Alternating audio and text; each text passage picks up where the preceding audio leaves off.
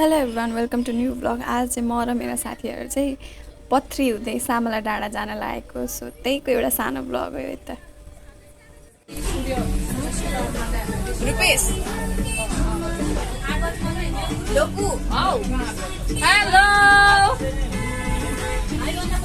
Sumo कहाँ गइन देखिएन यार लास्ट सीट में देखेँ गाइस सबजना यहाँ पथरीमा खाजा खान बसे क्या। यहाँले धेरै गाइस समोसा खाने पार्टीहरू समोसा र पुरी सब्जी खाने पार्टीहरू।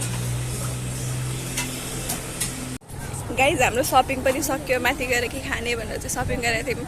अब बस चढ्ने 15 मिनट लाग्छ होला जाँदैसम्म पुग्न यहाँ पथरीदेखि। अनि त्यसपछि अब बल्ल हाम्रो ट्रेकिङ सुरु। गाइस बस चढेको 10 मिनट जति भयो होला जाँदा आइपुग्न लाग्यौँ जस्तो छ तर थाहा भएन। गाइस हामी हिँडेको चाहिँ 9:30 बजे गाडी खुलेको थियो। यहाँदेखि दमकदेखि लिएर पथरी आउँदा कति नै लाग्छ र आधी घन्टा 45 मिनट नि धेरै भयो क्या। त्यसै 10 बजेदेखि ठ्याक्कै ट्रेकिङ सुरु हुन्छ हाम्रो ग्रुपहरू। गाइस अरू अगाडि छ यसको अनुहार नदेखाउनु हुँदै। गाइस हामी जाँदै आइसक्यौँ। अब यहाँदेखि चाहिँ हिँड्दै जाने हो। मेरो पछाडिको भ्यूज देखिरहेछ कि छैन क्यामेरामा। अब यहाँदेखि चाहिँ 3 घन्टा हिँड्नुपर्छ भनेर चाहिँ हामीले भिडियो भ्लगहरूमा हेरेको थियौँ अरूहरूको भ्लगमा। अब आफै जाँदा चाहिँ कति टाइम लाग्छ बस्दै जाने हो कि सुई हिँड्न सकिन्छ भने त सकिगयो। अदरवाइज हेरौँ गाइज माथि पुगेर भ्यू के कसो छ अपडेट दिइरहेको छ। उता जाँदैदेखि यता सिधै आएपछि चाहिँ यो आउँछ होइन डिभिजन भनौँ जे भनौँ। यताको बाटो नगएर यता जाने हो है गाइज। थोरै हिँडेर हल्का अगाडि आयौँ। गल्यो त्यस्तो गाह्रो छैन तर अब हिँड्ने बानी नभएर चाहिँ गल्यो। पछाडि जहाँबाट आएको थियौँ त्यताको भ्यू।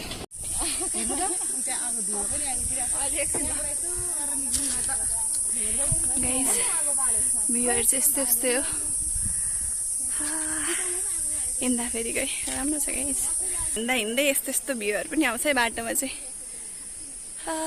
ओभरअल मलाई त अहिलेदेखि नै कस्तो राम्रो लागिरहेको भ्यूहरू। 1 घन्टा हिँडेपछिको भ्यू चाहिँ यस्तै हो गाइस।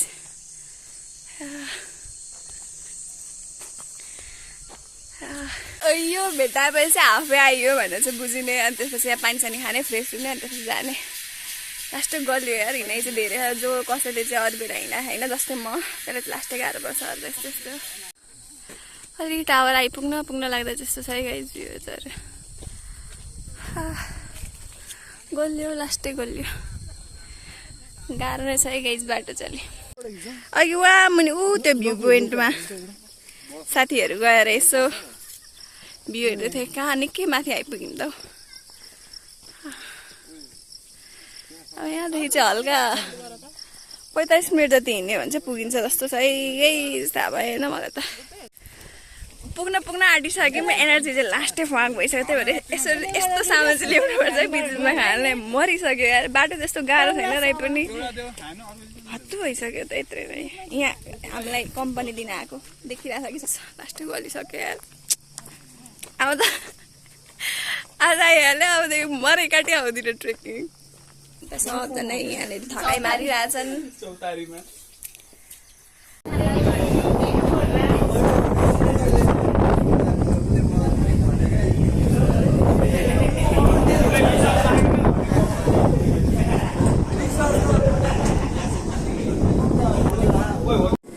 खाजा खान बसेको गाइजहरू त मित्रहरू।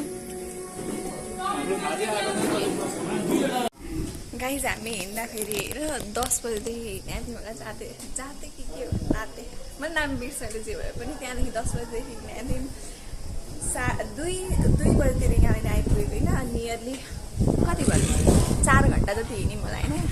बाटो सजिलो भयो नि हिँडाइ चाहिँ लास्टै फाँक्छ क्या। गाह्रो चाहिँ लास्टै हुन्छ हिँड्नलाई। केही हिँडिरहेको छैन भने होइन रेगुलर कोही त्यस्तो हिँड्दैन भने चाहिँ अति गाह्रो पर्छ। सजिलो चाहिँ छ के भन्नु हो जे भए पनि। अनि आउँदा चाहिँ हुन्छ। अहिले चाहिँ मौसम क्या धुम्म भएको छ क्या। पानी पर्न आएछ हावाहरू चाहिँ। अघि आउँदा पनि बाटोमा त्यस्तै थियो अहिले पनि त्यस्तै छ। अनि अब हल्का फोटो सुट खिचेर त्यसपछि चल्दैन यहाँदेखि। यो त कस्तो राम्रोसँग देखाउँछु ल हल्का। हावा चल्दैछ है सुनिरहेछ कि छैन। खासमा चाहिँ यहाँ एउटा टावर छ क्या। त्यहाँ चाहिँ हो भने देखिरहेछ मुनिदेखि देखिन्छ होइन तर यहाँ पुग्नको लागि चाहिँ हालत खराब हुन्छ क्या यही हो मेन ठाउँ अनि त्यसपछि यहाँ यस्तो गाइज आउनुपर्छ यस्तो ठाउँहरू एक्सप्लोर गर्नुपर्छ ठाउँ चाहिँ मैले बिर्सेँ यार भरे भन्छु ल गाइज भाइ गाइज नियरली 4 or मेबी 4.5 घन्टापछि बल्ल आइपुग्यो है यही टावरको लागि यही भ्यूको लागि है यति साह्रो क्रेज टावर चाहिँ मतलब ठ्याक्क पोइन्ट भनौँ न होइन यहाँ पुग्नेको लागि तर भ्यू चाहिँ अब दामी छ यार क्यामेरामा भ्याइरहेको छैन क्यामेरामा चाहिँ ट्रस्ट नगर्नु है यहाँ के देखिरहेछ क्यामेरामा कति दामी छ क्या हावा नि क्या सही आइरहेछ कहाँदेखि आइपुगेको हो हामी त कहाँ निकै हिँड्यो नि हिँड्न चाहिँ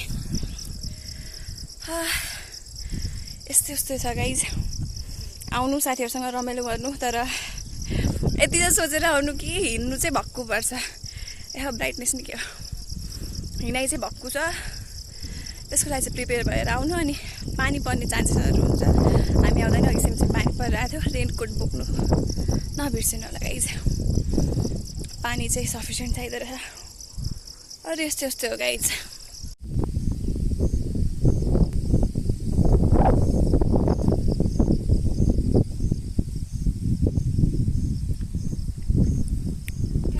भ्युज चाहिँ सही छ है म सबैलाई आउन चाहिँ रेकमेन्ड गर्छु यहाँनिर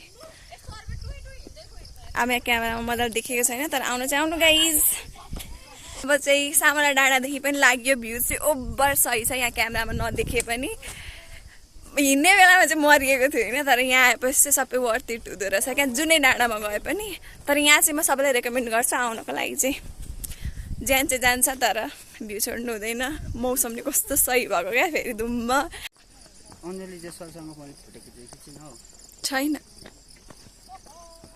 गाइस आउँदाखेरि चाहिँ यस्तो बाटो नि पर्छ यहाँ त अलिक ठिक पनि देखिएको छ अगाडि चाहिँ निकै पत्ताहरू झरेर चाहिँ लास्टै चिप्लो छ होइन के यता खसिन्छ कि यताबाट ब्यालेन्स गरेर हिँड्नु पर्यो त्यति चाहिँ सक्नु पर्यो गाइस यस्तोहरू पनि आउँछ बिच बाटोमा हामी ट्रेकिङको लागि हिँडेको भनेको बिहान 10 बजेदेखि चाहिँ हिँड्न थालेको होइन घरदेखि त अगाडि नै हिँडेको तर हिँड्न चाहिँ 10 बजेदेखि थालेको थियौँ र अहिले बेलुकाको झन्डै 7:30 भइसक्यो and we are still walking के सकेकै छैन बल्ल मुनि यहाँतिर आइपुग्यौँ अनि कोही आउने इच्छुकलाई चाहिँ म चाहिँ भन्छु त्यस्तो हिँड्न सक्नुहुन्छ भने चाहिँ एक दिनमै पनि जाने अनि फर्किने सकिन्छ तर त्यस्तो छैन भने चाहिँ बस्ने गरी आउनु होला क्या किनकि त्यहाँ लज पनि छ बस्न सकिन्छ आज गयो बस्यो अनि भोलितिर फर्क्यो अदरवाइज यसरी त हालत हुँदो रहेछ अझै मेरो 5 जना साथी उहाँ पछाडि छन्